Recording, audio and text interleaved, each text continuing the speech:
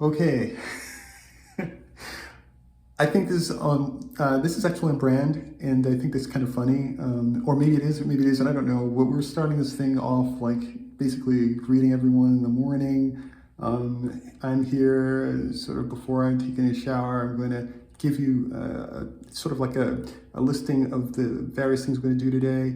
And okay, so yes, the first thing is that today is Wednesday, August the 12th. So welcome everyone into the new day. I just want to basically congratulate you on getting there first. Secondly is I would like to discuss what the meaning of the hydroponic community farmers markets. What is the meaning? What's the deep meaning of this? What is what is actually what makes this different? How do we distinguish ourselves? Yes, there are farmers markets all over the place. Okay, last year, HR1, the big beautiful bill, right? HR1, look that up.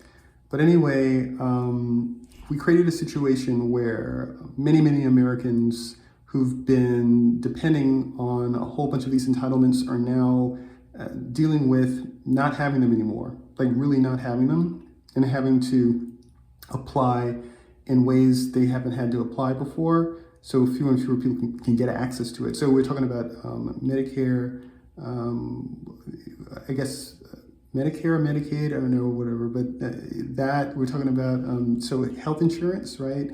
Health insurance is going to be more difficult for people to get.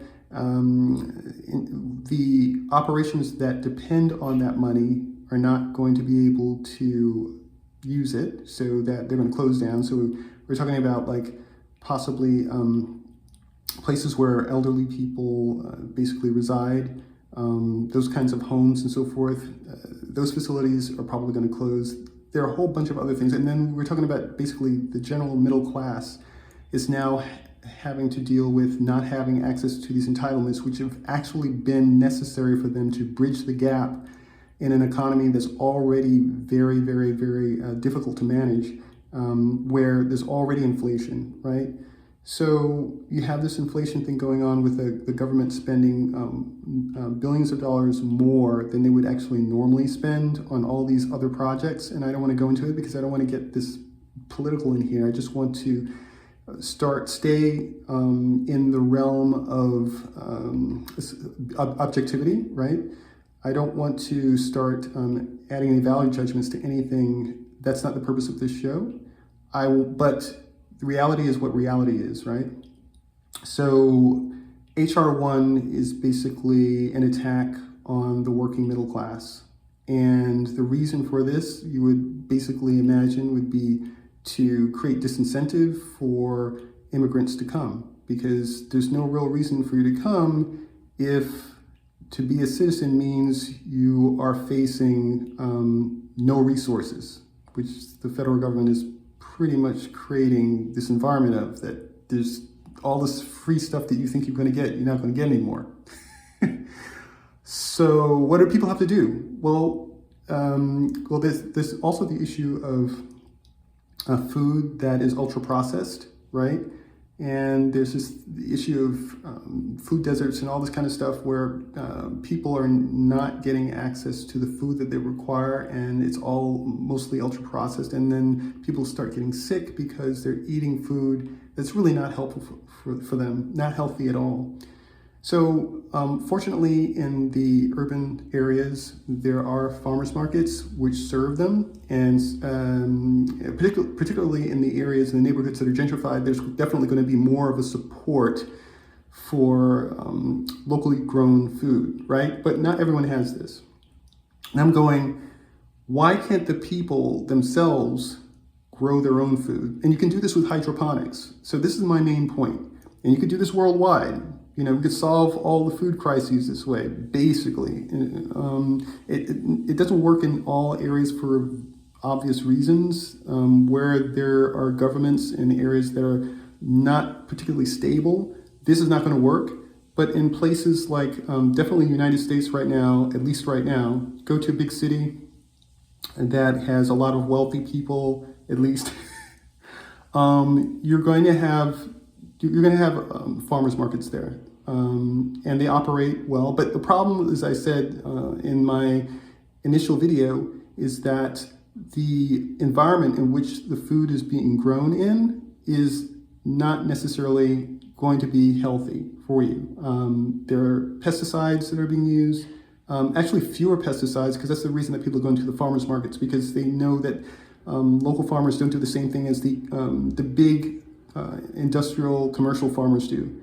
So it's going to be a little bit more healthy for you, but when you are dealing with basically runoff, this whole bunch of chemicals in it, you're dealing with all kinds of, treatments of all kinds that use PFAS chemicals, right? So PFAS is in so many items, right?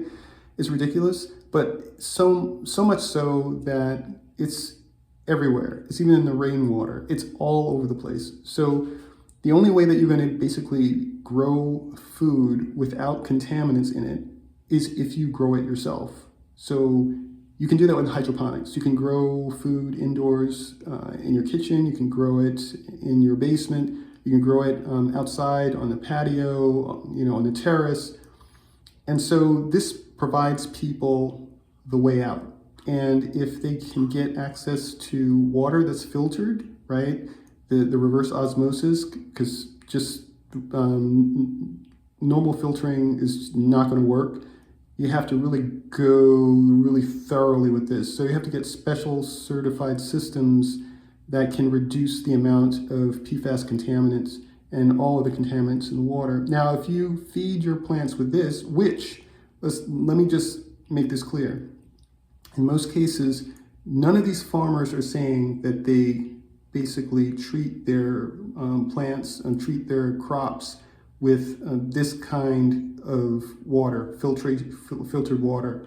And they can't, they're not going out there boasting that they're doing this. So you can expect that they're not, because if I were a farmer and I was actually growing my crops in an environment where I would be proud that it's contaminant free. That's the first thing I would boast about my crops, that it's grown contaminant free. So no one's really saying that. Like, I haven't really seen that. There may be a few out there, I haven't seen it.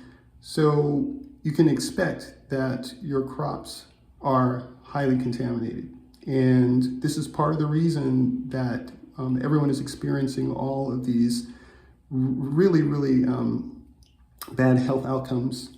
I think one of the things I would like to do within this program is to actually start talking to people about their experiences with the food as is, whether or not they go to regular supermarkets or they go and get most of their food from farmers markets. I would like to sort of see from their perspective, what are their experiences in terms of their health. I mean, I don't want to go into great detail because it's private for them, but I'd like to get some kind of gist as to what is actually going on out there so that I can provide them a solution, right?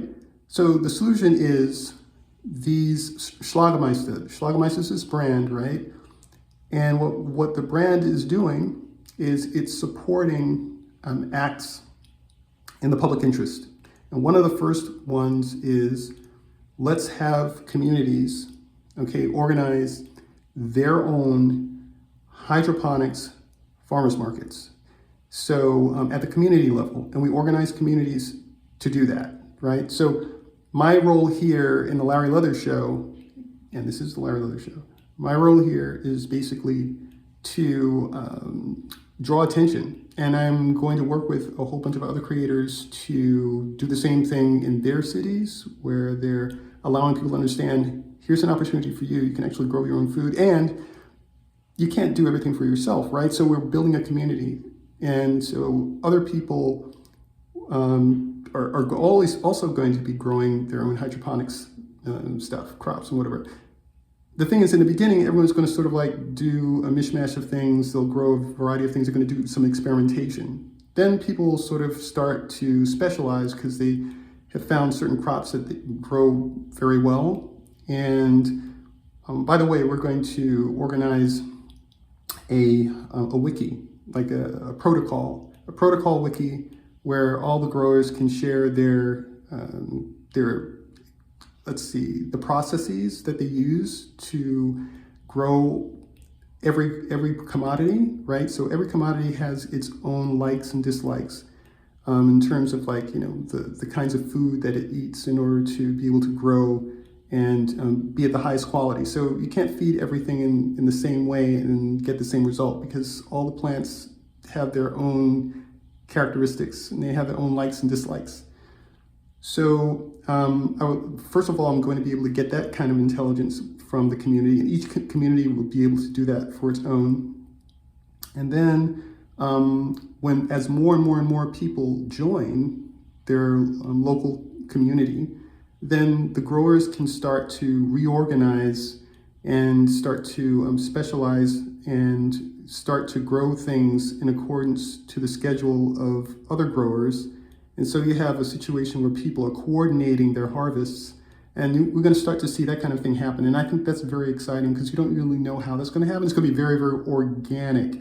Organic meaning, of course, the entire process is kind of organic. But I mean organic in terms of the way that the structure, how people sort of restructure themselves in an anarchic way, but it's beautiful anarchy, just like Wall Street and all markets are anarchic. This is anarchic. This is a market. And I think it's extremely exciting to be a part of something very brand new, right? And so we're creating an agricultural market of hydroponics, high quality, contaminant-free vegetables for everyone to enjoy in their community. So if this sounds like something that's of great value to you, you're going to want to join in, and I'm going to share with you as we go along the way. So this is the end of this. Just wanted to say good morning, have a great day. I'm going to see you shortly. Okay, bye.